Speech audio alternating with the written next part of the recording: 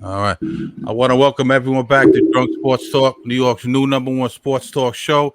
We are the voice of the streets. Allow me to reintroduce myself. It's your boy Cash.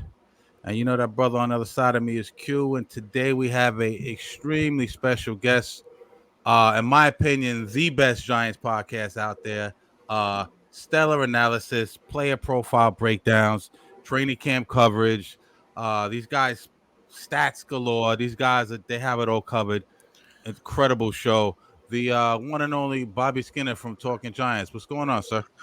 What's going on, fellas? Up here at training camp, off day, so I was able to get some things done. But to me, it's the most enjoyable time to cover the team because you're there. It's every day in and out, talking about what you see, not speculating, just talking about what you see. So it's an enjoyable time of the year to cover the team. Absolutely. Let's just jump right in, man. Let's start from the head of the snake and we'll go all the way down. Daniel Jones, right? Let's start with Daniel. Another evaluation year, most likely his last, right? We can all probably agree on that. Yeah. You know what I mean? He has to show and prove this year. We all saw Joe Shane, the Hard Knock episodes where he's loosely trying to trade it for his replacement. I thought DJ had turned the corner 2 years ago with the playoff berth and the nice win over the Vikings, and then it kind of all crashed down with the debacle against the Eagles. Where do you see this season headed to in terms of Daniel Jones winning a permanent spot in this team? Does he push through with the new weapons, Malik Neighbors and Wanda Robinson looking better, and Slayton maybe being a wide receiver 2 as opposed to wide receiver 1, going to get probably different kind of coverages? Daniel Jones has nothing to lose, in my opinion. He has to go for it all, man. He has to take shots down the field. He has to be aggressive. He has nothing to lose. In your opinion, with the offensive line revamped, the new weapons, where do you see Daniel Jones? What kind of season do you see him having this year? Last year was, to me, like his worst stretch of ball. Yeah. Since at least maybe like early 2020. Mm-hmm. So you thought, okay, it's not going to be what happened last year, right? The offensive line shouldn't be in as much of disarray, right? Unless Andrew Thomas goes down. If Andrew Thomas goes down, he's a totally different quarterback. Indeed. But being at 6 camp practices so far, and I worried that the injury has really affected him just as a thrower of the football. Because even through all his struggles, one thing we've never really said about Daniel Jones is that he's inaccurate. Right? Like that's never been the case. It's probably been his best overall strength. Is like he doesn't miss the targets that he's thrown to. Other than running, yeah. He needs to be more aggressive, but he doesn't really miss often. In camp, it's been pretty ugly, right? Like missing on short throws.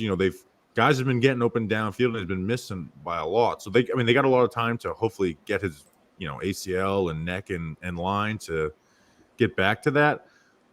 I do believe this is the last year. I don't think there's very high chances at all that he returns in 2025. The question is he going to live, at least try and live out the offense that Brian Daboll wants, which is to be aggressive, throwing the ball down the field. You add Malik Neighbors. You mentioned Slayton going to wide receiver 2. Hyatt's a deep threat. Will he be? I don't know how good he's going to be at it, but will he at least try to push the ball down the field like that? Because that's the best version of this Giants offense because they have the weapons to do it. But I just think for him to be returning in 2025, he doesn't just have to look like he did in 2022. He has to take it a step above with the weapons he has now. You mentioned his lower extremity injuries and him not looking as accurate downfield and just in terms of the passing game. But one of his best attributes also was running. He got the name Vanilla Vic. He didn't get that for no reason. He's a really good runner. I want to say 700 yards on the ground the year before last. Yeah.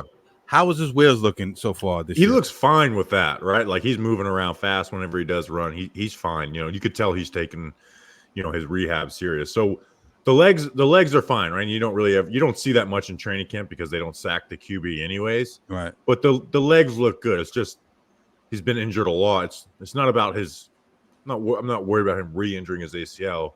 It's just all the other little injuries that he's gotten, the neck twice, sprained ankles a couple of times.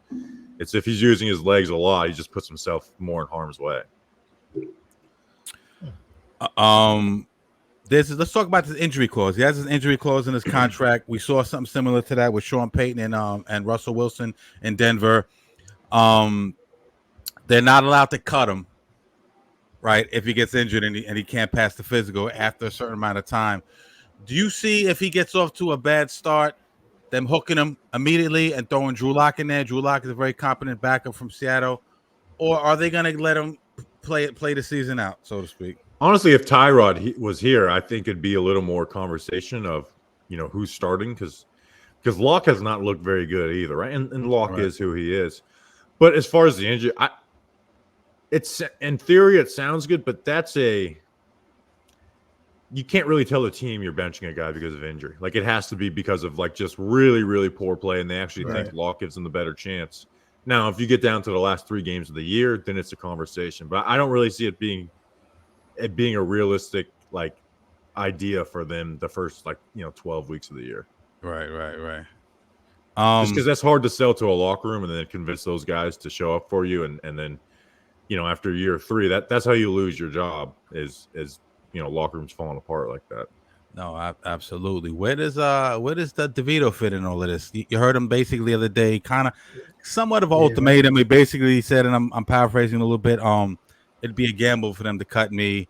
Kind of putting him into a situation to make a decision. It's going to be up to them. I'm gonna do my best. Obviously, don't think of him as a backup quarterback. I guess maybe a third stringer. Otherwise, they wouldn't have brought in the Lock.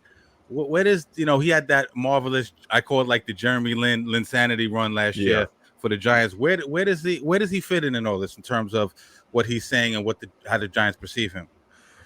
Yeah, he really only fits in as the third QB, and Brian Daboll has never really kept 3 QBs. But I do think they may have in Buffalo kept Jake Fromm behind whoever they had as their backup there to Josh Allen. So maybe they would keep him. But I don't think they're worried about losing him as the player. But when you go to these practices, or we went to that charity softball game that Dexter Lawrence and license plate guy did. Yeah, he's a star. He is a superstar in this area. And I wonder if they would just justify keeping him because of Daniel Jones' injury history. Right, that's what I was thinking. And in reality, it's just because they don't want to deal with backlash over the 53rd man on the roster. But I think at the end of the day, he probably ends up back with them, whether it's on the practice squad or as the third team. Because I think DeVito on the opposite end thinks it's probably better for him to be a third string here than a second string in Green Bay or wherever. No, absolutely. Let's talk a little bit about the wide receiver room. Very intriguing. They're rated pretty low, the power rankings. I think they're better than what they're rated. I'm also a homer, so you can't really you can't really take my word for it. But we know the usual suspects: Darius Slayton, Wan'Dale Robinson. He's looking good so far in training camp from what I've seen. Jalen Hyatt comes back another year. Obviously, we all know the stud Malik Neighbors is and all the coverage he's gotten. I kind of like this kid, Bryce Ford Wheaton. He didn't get a shot last year. I'm saying? He's gonna vie for a spot over there. I never thought he really got a shot. But the guy who sticks out to me, and just watching your show, you guys talked a lot about him in the player profiles, is Slayton. We talked about him a couple of seconds ago. They didn't renew his contract as of yet. While he didn't get a new deal, he did receive some type of contract adjustment or something in the basically incentives that he probably won't reach at the end of the day. Right. So it's just wide receiver 1 in his tenure with the Giants saw a lot of CB1 coverage. We all know the bad offensive line, the shortcomings of the quarterback. So the deck was kind of stacked against him. Now he's in his new role as like we said, the wide receiver 2. Going to see a lot of CB2 coverages, maybe not as good corners covering him. What do you think? Because we have Jalen Hyatt. It seems like they're kind of developing him, and he seems like he kind of fits Daboll's style, being a little more aggressive. He kind of reminds me of a Deshaun Jackson. I always kind of compare him to a Deshaun Jackson. Could take the top off the defense. He has a couple of deficiencies, but he's only in his second year. Do you see Slayton having a WR2 spot all season, or are they kind of prepping Jalen Hyatt to take that spot? It seems like they're giving Hyatt every opportunity to get. He's getting way more snaps in practice. They're starting to give him more throws than just the 30-yard passes down the field. It seems like they're forcing that. And Slayton, just 30 minutes before we recorded this, it came out that he changed his agency to the same guy who gets all the top safety contracts, David Mulugheta. Mm-hmm. I think Slayton and the Giants probably know this is the last year that he's here, right? Because they want Hyatt to be their wide receiver too. Right. They kind of know what they have in Slayton. So I think Slayton should be the second wide receiver. I think he's better than Jalen Hyatt right now, but it seems like the Giants want to push their guy that they brought in and Jalen Hyatt ahead of him. He's Slayton's a Gettleman guy, right? Yeah. The only good day 3 pick Gettleman had besides Julian Love. So it seems like they're forcing him out, but what will be interesting is when the games start mattering, and then you're going to want to put whoever gives you the best chance to win on the field. And Slayton, there's a good chance he probably does that more so than Hyatt. But even if he is the starter, like, they're going to want to give Hyatt his snap. So at the end of the day, Slayton is not going to get the opportunity that he thinks he deserves, and I think it's the last year for him. It's the last year. When they run that 11 personnel, right? That Dable likes to do with the, with the 4 receivers, no tight end. Who are the guys in there, in your opinion? Right now, it's been Neighbors, Hyatt, and Wandale, and then they'll rotate Hyatt and Slayton a little bit. But it's been, every day when the starters go out there to, do their first little series, Hyatt's the guy that goes out there over Slayton. So those are the 3. Now, again, if there was games tomorrow, I think Slayton should be that over Hyatt. But right now, it looks like Hyatt's the guy for them. Hyatt's the guy, right? Yeah. So before we get into the running backs, because obviously, that's the talk of the town with all the changes now that we don't have Saquon. I wanted to just touch base on the tight ends real quick, to talk about receivers. And, we still have Bellinger. We lost Darren Waller. He's retired. He's going through his emotional distress with his divorce with his wife. He's a rapper now. Yeah. And now he's rapping, making sad songs. But we did draft, Theo Johnson. I did see and hear a lot of things. They talk highly of him in the Hard Knocks, and from what I'm hearing is like he's putting in the work on the field and on the the OTCs and in the training camp. Do you think he can eventually develop into that number 1 tight end that the Giants do so need? Because we've always been known to have great tight ends. I think he is the starter week 1. I think they really like him, and he gives you more receiving than Daniel Bellinger does. And I think he could, coming out of college, they're very similar as far as blockers. The one thing Bellinger has over him is like when they put him as like the fullback, lead blocker. Theo doesn't do that well. But even when you're doing that type of stuff, you usually have 2 tight ends on the field. So I think they're really going to give Theo the starting job. And I don't want to put rookie expectations, but I loved him. Right? I mean, that size, that athleticism.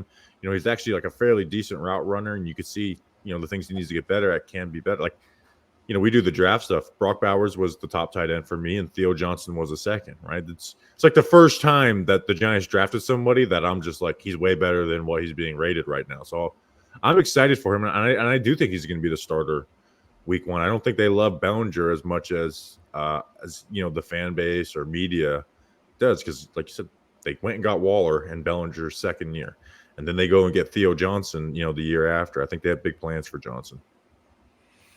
Absolutely. Very good point. The running backs. Obviously we lost Saquon Barkley. Heartbreaking, the local kid, but I understand the business of football. So we know the run game is going to be somewhat different. We bring in Moda, very serviceable back. Talking to a lot of my Giant buddies, a lot of people are down on him, including my partner right here. I don't think he needs to be as dynamic.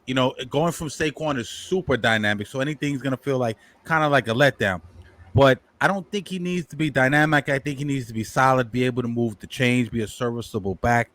This kid, Tyrone Tracy, you would know better than me. He looks phenomenal to me. I kind of compare him to Percy Harvin, like a Swiss Army knife guy. He has hands like a receiver from the stuff that I've seen. They're probably going to be able to do a lot of different things with him. Turbo, Dante Miller, I heard you would know better than me. I heard he's in training camp. He's fast. The nickname's real. Doing very well. Eric Gray, I haven't heard too much about him. He played a lot of snaps on special teams last year. Losing Saquon, what's your opinion of this overall running back room? I know Dable's probably going to be pass first, but you got to have a comparable running game, got to have some balance. What do you think about the running back room for the Giants? I think Trace is going to be like more of a third down receiving back. For Singletary, it's just about being efficient, right? So and that's a lot to do with the offensive line. Like we're doing our player profile episodes, the one that comes out tomorrow is Singletary. Nice. Every single year that Singletary has been in the NFL, he averages more yards per carry than Saquon Barkley. Now he doesn't get the same volume, but he's been a starter all of those years. So it's just about being efficient. He's a guy who can turn 5 yards into 15, but he's never going to turn 10 yards into 50, right? He's not that big play threat that Saquon Barkley is. He's not the same receiving threat. And Saquon, even though he struggled at the beginning of the year, is actually a better blocker than what Singletary is now. So the name of the game for him is just being efficient. You're not going to lean on him and build your offense around him. But when you do give him the carries, 4 to 5 yards is what you need out of him. Well, before we get into Dable, in terms of the NFC East, what do you got the Giants? 4th? I'm trying to get them. I think they're higher than the Commanders. Like, I'm not bought into they brought in a lot of fucking old dudes.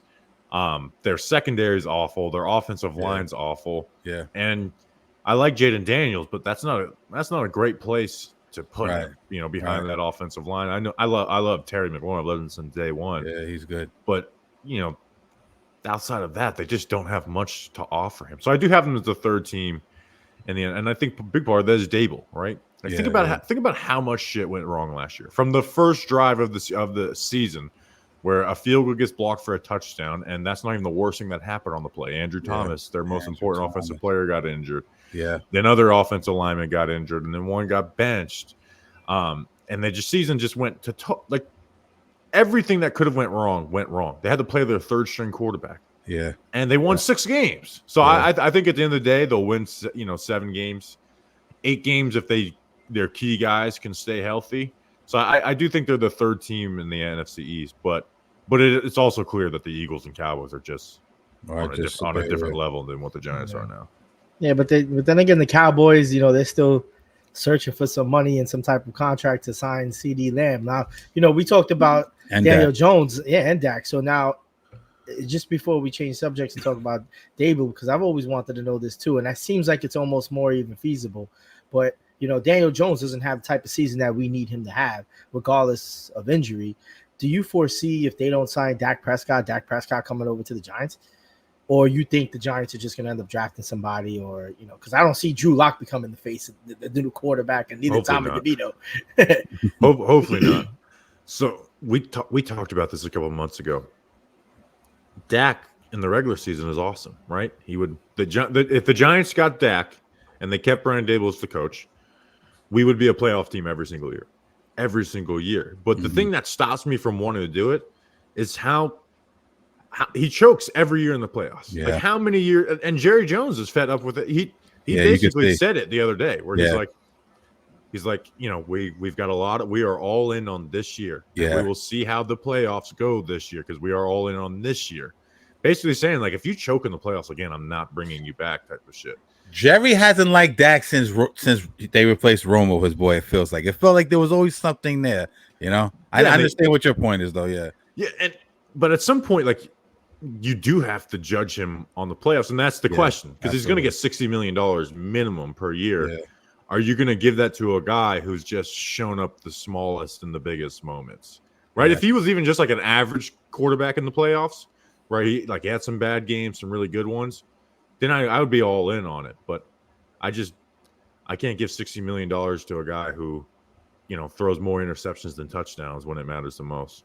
And Shane seems to be not scared to pull the trigger, but he also seems to be fiscally aware of where the team needs to be financially. Yeah. I still think Dak ends up in Dallas anyways. I do too. I think they're gonna have to. But my question, to piggyback off what my partner says, what I fear is, and probably what a lot of Giants fans fear is, the Giants are middle of the road this year, or slightly above average. Last year was the QB heavy draft. Yeah. I'm not so sure what they look like this year. I haven't done as much research, but my fear is we don't draft 6 this year. We're in the lower first round, and we don't have a guy sitting there. Then we're kind of in no man's land. Yeah, that's the issue with That's why I thought that they would draft JJ McCarthy. I think they would. I thought they were like, you know what, we don't really have any answer long term. Now, I didn't want JJ McCarthy. I wanted either, Caleb was never going to happen, but I would have taken Drake May or Jaden Daniels, and I would have traded up for them, right? Yeah, for sure.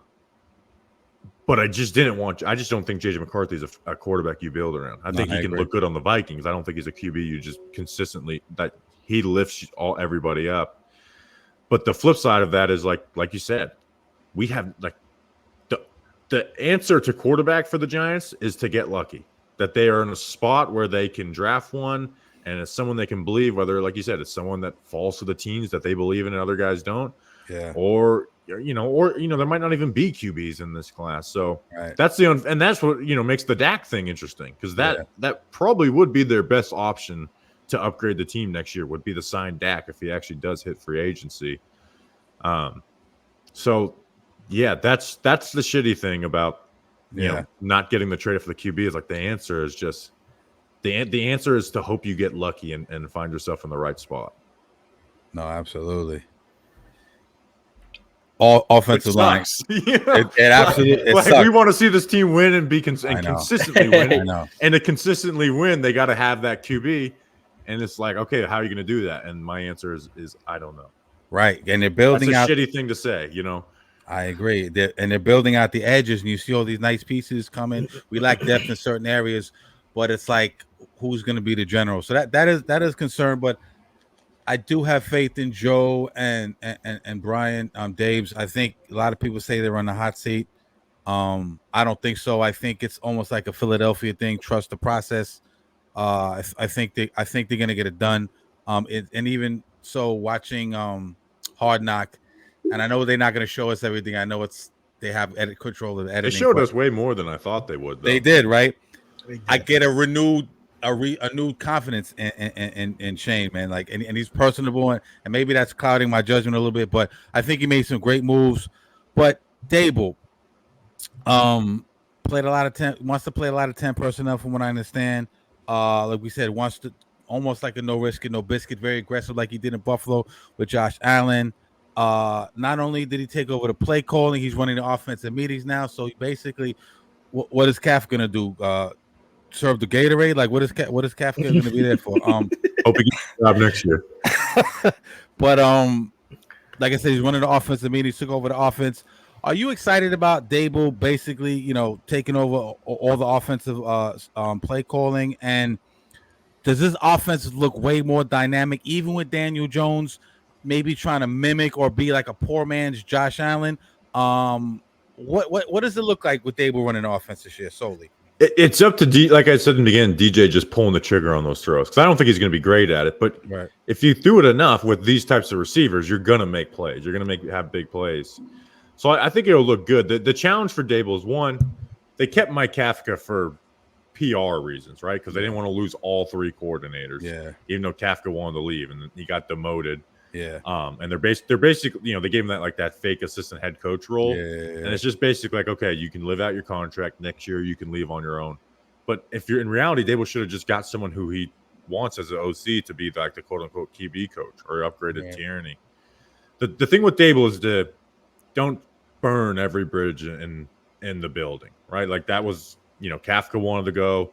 The Wink shit was like, it's kind of insane how that all went down. Wink and him arguing in the it was like a mutiny almost.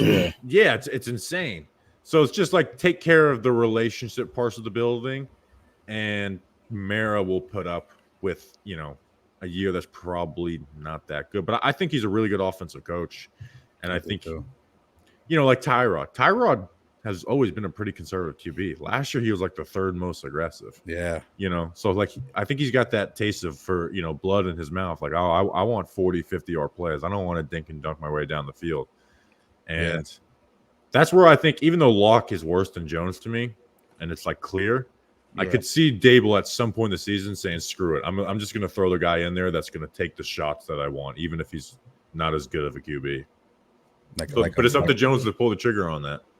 Well, yeah, if he can take the chances that Tommy DeVito was willing to take, risk it all, man. That's it. Fuck it. I'm gonna go sinking down with the ship. So chips in the middle of the table now for Jones. And some of it happened. Man, he made some decent plays, but you gotta take those chances, and that's why I feel like Daniel Jones was always afraid of doing. And now he has a decent offensive line, which we're about to get into right now, and. But he needs to throw the ball. I can't have him. We can't have him winning games and throwing 15 touchdowns for the entire season. It's just not good. It's not going to happen. Yeah. Like it doesn't need to be perfect. Be more aggressive. Like we said on our last show, look at Derek Carr behind that awful offensive line. And I love Olave, but outside of that wide receiver group is weak. Yeah. And he was top 15 and throwing the deep ball and completing the deep ball. That should be like the demand out of Daniel Jones. We're not expecting you to go from worst to first, but be top half in the NFL. Yeah, I don't want to see a lot of screens, like you said, dinking and dunking plays inside of 10 yards, and you've got weapons. Use them. Yeah, right. You don't get Malik Neighbors and Jalen Hyatt to throw 7-yard hitches and out routes. You use those guys to get down the field, choice routes and all that. Yeah, obviously. We just mentioned the offensive line. This has been a problem. Obviously, we all know that. Joe Shane comes in here, and I think he did a decent job. We just got Greg Van Roten. He was under Brian Brasillo in Las Vegas. We just mentioned the Raiders. I thought that was good. We did need some depth. Obviously, we all know Runyon, Illuminor, Schmidt's back for another year. Andrew Thomas, probably the best offensive left tackle in all of football. DJ's a much better QB with him in there. Stinny's probably gonna get some snaps, some reps, get some valuable minutes. Evan Neal, we all know Evan Neal looking more and more like a bust. He's on the PUP list. I think Evan Neal's on a short lease, I'd probably say this year. But with a lot of these guys being interchangeable, I know that's not ideal, but that is an advantage, especially with some weaker parts. How good is this offensive line? You've been in training camp watching them. I know a lot of it wasn't with full pads, but how is the offensive line looking like in your opinion? Well, like you mentioned, the main thing is Thomas protecting the blind side. He's, like you said, arguably the best in the league. Mm-hmm. Eleanor has looked pretty good. Yeah. But at the same time, Kayvon didn't really beat Evan Neal all that much last year. And it was like, oh, is Evan Neal good? And it was like, no, it just Kayvon wasn't doing what he needed to do in the beginning of the season, and then turned it on. They look decent, but again, the competition hasn't been like Dexter Lawrence's missed practices, right? So after that, who's the defensive tackle group? But the main thing really is Thomas, because we've seen DJ do decent with left guard to right tackle bad. It's just when left tackle's bad. Right. That even 2019, his rookie year, where he threw all those touchdowns and pushed the ball down the field, his main issue was the fumbles. Why? Yeah. Because Nate Solder was getting around the corner and our guys were getting around the corner on Nate Solder and swiping the ball away from him. Right. The fumbles really haven't happened like that since Andrew Thomas came to town. Yeah, absolutely. So that's the main thing. And with Shane, Shane's like ideas for like fixing the O-line are good, but he's just been bad at picking the right players. Evan Neal. Right. Josh Azudu, Marcus McKeith, 3 guys in the draft. Yeah. Those are 3 guys who aren't even like, first backup essentially. Yeah. Signed Mark Lewinsky, not good. Signed John Feliciano, not good. John Michael Schmitz, who I loved, struggled last year. Yeah. So hopefully the Eleanor, Runyon, and Van Roten, those guys can buck the trend of Joe Shane offensive lineman he's brought in. Does Illuminor stay at right tackle in your opinion? I think so. That's his natural position. He's looked pretty good there. And you could just tell there's a clear difference between him and what Evan Neal's done the last couple of years. And Neal's, I don't even know if Neal's going to be ready for week 1. The way they talk about him makes it feel like it's a way worse injury than what we know. Yeah. I hate to say it, but I don't know if anyone would be disappointed if he doesn't make week 1. And if he's been injured, how are you going to tell us he got better off the offseason? Right. If he's been injured the entire offseason. Right. So I'm curious to see a lot of it's kind of like an exodus of players leaving. High turnover obviously in NFL and a lot of new guys in. So I'm curious to see a lot of moving parts this year to start the season. Let's talk a little bit about the defense. We just a few minutes ago we talked about the Wink Martindale, Brian Dable, debacle. It got real ugly. It was, I think, Mara and Tish probably embarrassed of the whole situation, the way it played out in the media. He leaves, wind up getting Shane Bowen. Wink and Shane, 2 contrasting styles, if you will. Wink complex, blitz gambling defense. Shane a little bit more reserved in certain spots, a little more zone oriented.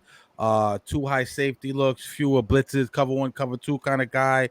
Not a meek defense, aggressive in the way he schemes things. What are you thinking about Shane Bowen in terms of being a new defensive coordinator? I think he's going to let the guys up front shine a little more. Where Wink had the guys up front just kind of like, hey, play the run, do your job, Right. don't leave your gap. Where Bowen's going to let those guys kind of freestyle and get after the passer and not worry about the run as much. So, but it's all on them though, because the secondary is really worrisome. Like it's been Cordell Flott. They got Nick McLeod and a rookie third rounder and Phillips in the nickel, and Banks has to take a step up too, right? Yeah. We can't just have him be what he was last year. He's got to take a step up now that he's the cornerback one. So he's going to put a lot on that front four's plate, which is the strength of their defense. So it's really up to those four guys. If those guys are creating enough sacks and tackles for a loss, then it's going to be a solid defense. If Burns and Kayvon are just kind of okay, then it's going to be strong. Dex is going to be amazing no matter what. But it's like on even Burns to take a step forward and Kayvon to take a big step forward. Yeah, Burns, like I'm hype about him. I love the Spider-Man web shooting and all that cool stuff, you know what I'm saying? But I heard on your show and I heard on a couple of shows, he's never had a double-digit sack season. So that concerns me a little bit. I do like the pairing with him and Thibodeau because I am big on Thibodeau. A lot of guys are down on Thibodeau. I remember on WFN last year, Sal and BT, I don't know if you remember that. They actually got into an argument with I do remember that. Carl Banks over Kayvon Thibodeau. And Carl had some good points, man. He did get a lot of pressures. He went on that nice, he was up and down last year. He went in that nice sort of run of sacks and pressures, albeit against maybe some weaker offenses. Okereke, really nice pickup last year. Yeah. He fit well in that system. McFadden as well. We talk about that 3-4 defense. I know you briefly touched on the linebackers. Is that the strongest suit of the strongest defensive players on the Giants? Oh opinion? Yeah. I mean, Okereke is phenomenal. He looks just as good as he did last year. The thing I don't think this coaching staff likes McFadden that much because they've been putting in other guys at linebacker from day one of camp. It's one thing if he was struggling and then they made the decision. I don't think they love McFadden for their defense as much. But Okereke, I mean, my rankings for the best Giants players are Dex is number 1, clearly. I think Burns is 2, and then Okereke 3. So like you said, it's that 3-4, that front 7, where they've got to make the money and make life a little easier on the DBs. Is it possible we get 3 guys with double-digit sacks this year, or is that a little crazy? No, I think. Here's the thing: as good as Dex has ever been, he's never gotten more than 6 sacks. Yeah. So if got 4.5, I think 2 will. Right. So if Dex is not getting 10 sacks, I think Kayvon and Burns will do it. If Dex gets up to 10 sacks, then I think it'll be like Dex and Burns. I think 2 of the 3 will. But if the secondary is better, maybe. Right. Because then it's okay, now you got this good pass rush and this lockdown defense. It makes it tough. But I think if that pass rush is living up to its potential, you're going to see a lot of short targets at Cordell Flott and whoever the nickel corner is. How staying on Thibodeau for a minute, he had his issues with the fans last year. I'm high on him. How good can he be? I know he said he has to get a little bit stronger. What's his ceiling, in your opinion? I think his ceiling is what Brian Burns is now, right? Which is like a top 15 rusher in the NFL. So that's the realistic thing. Because Burns was kind of similar in the beginning of his career, where he had some really highlight moments, but he just wasn't consistent enough. And that's kind of what Kayvon has done. So I think his ceiling is like what Brian Burns is now. And if he can get to that quickly, like this year, then the Giants are, cooking with gas with that pass rush. So just looking at the depth chart, and Azeez Ojulari is behind Burns now. So I know he wanted a new contract. He wanted a new contract. What do you think happens with Azeez now? You think they just let him play out the rest of his contract and he'd be a free agent and walk next year? Or you think they maybe use him as a trade piece to go before the deadline in November if they need something? It depends if he stays healthy. If he gets injured, then it's hard to bring him back. But I think it's nice to have 3 rushers. Now, it's not Strahan, OC, and Tuck, but it's nice to have a third guy when those guys are, give those guys a little bit of a breather, and then you get third down, you can get all 3 of those guys on the field at the same time to go with Dex. So I think if he can stay healthy this year, I would like to bring him back on a reasonable deal. But if he gets injured again, which he has the last 2 years, then it's probably the end of Azeez. Before we go, and we appreciate your time, incredible insight and analysis. I just want to ask you one more thing about the secondary, because you mentioned Deonte Banks being in the second year. Got a lot of experience going up against a lot of good guys. Even in our division, you got Smith and Brown in Philly. You know, McLaurin, like we said, in DC, CeeDee Lamb. So he got a lot of experience going up against those WR1 guys, and now he's going against Malik in practice every day, and Jalen. And I love, you see bits and pieces of them going at it and them talking. And I hate to use the cliche iron sharpen iron, but it kind of does. I think it matters with that, because like last year, this time of camp, Banks sucked. He looked. We tried to sugarcoat it a little bit because it was early, but he looked awful, right? And that was against Darius Slayton, Isaiah Hodgins, and those guys. Yeah. And Malik Neighbors has gotten the better of them in their matchup. Yeah. But he looks way better. Like, it's just a lot of just crazy plays by Neighbors, right? So like even though, like I said, Neighbors has gotten the better of that matchup, he's just way closer in coverage, and he makes more plays than last year, where it was like we were a little worried, because it was just like Darius Slayton's beating this guy by 10 yards every single play. Oh, wow. Yeah. So I think he's going to be a fine player. My worry is there's so much on his plate to be like a shutdown corner in year 2, and that's just a big ask for a guy. Now, just to stay on the receiving, on the strong safety side, now we got Cordell Flott. Do you see him stepping up into that role that we had Adoree Jackson into? Like, do you see him becoming that next guy that we can depend on to smack that ball away and just help his corners? No, I think he's the weak point of this defense is Flott. I think there's a good chance that they might. I think there's a good chance they'll have someone starting at corner that's not even on this team right now. Whether it's when everyone cuts on cut down day, or maybe they go and spend some money on a free. I still wouldn't mind bringing Adoree Jackson back for $4 or $5 million or whatever. And he's nowhere. Like, he's just dangling right now. Every day that passes, the amount of money he can get probably goes down. So, but if the defense stays as is, I think Flott is the weak point on this team. How about safety? You like the kid Nubin? We haven't got to see him practice, but I loved his college tape, so I think he's going to be fine. And then Pinnock looks good. I think it's not going to be the best safety room in the NFL, but I think they'll be fine. And I think Nubin will be solid as long as he can get healthy, because he's missed almost all of practice. Yeah. He's a ball hawk, and those guys come in right away and figure out the game quick. Secondary worries me. Maybe not as much as, well, maybe this is not right, but maybe not as much as last year, because Wink was kind of like that bring the house, a gambling type of. So maybe in Shane's scheme, might be able to disguise some of those deficiencies and lack of depth. I think they'll try, like you said, I think they'll try and hide some of their weaknesses. And that's the thing. In training camp, you're not really hiding your weaknesses and game planning. You're just kind of running some basic defenses, and it's more one-on-one stuff.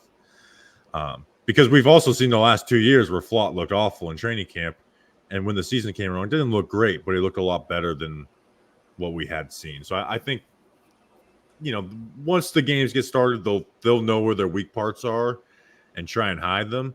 But I just think at the end of the day, Flott is that weak point.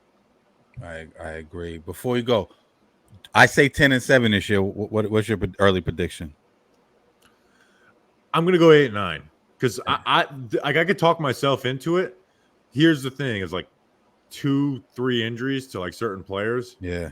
And it just falls apart quick, because they just don't have. If Thomas goes down, like say Thomas misses the season, right? Mm-hmm. I'm predicting 4 wins. If he stays healthy the entire season, I'm going 8, maybe 9 or 10 with you. But I go 8-9. That's where I land. Under 500. And Shane and Dable, not Kane and Abel. Shane and Dable. They I never really put that together before. I'm gonna use that. They survived this year, right? They're still John Mara and Tish. They still look at it like we're building the program, correct? In your opinion? Yeah. Okay. But here's my thing: is if this draft class doesn't look good right away, and last year's doesn't develop the way it needs to, then I'm going to want Shane gone. I'll probably want to keep Dable. Yeah. But like at some point, your drafts have to just bring out one. So you got to get some stars, and you got to get your mid-round guys to be like good contributors. But I really love this last draft class, so I don't think that's going to happen. So at least I'm hoping so. Like I love Theo, like you guys mentioned. I like Nubin. Neighbors will be a star. Phillips, we'll see. Yeah. And then if they use Tyrone Tracy, year one, then you're looking at 4 out of 6 picks at a minimum being good contributors to your team. Right, man. Great stuff, man. I really appreciate you taking that the time. I know you've been busy with training camp. I love, like I said, I love the show, and I really appreciate you coming on, man, and spreading your wisdom and knowledge. No, I appreciate you guys coming on. You guys got to try and make it out to one of these last practices. Absolutely, we're definitely going to try. Absolutely, and hopefully we'll get you back on the show during the season. No doubt. Let me know. Appreciate Thank you guys. You, my guy. Appreciate it, you. Take care. All right, man. Peace.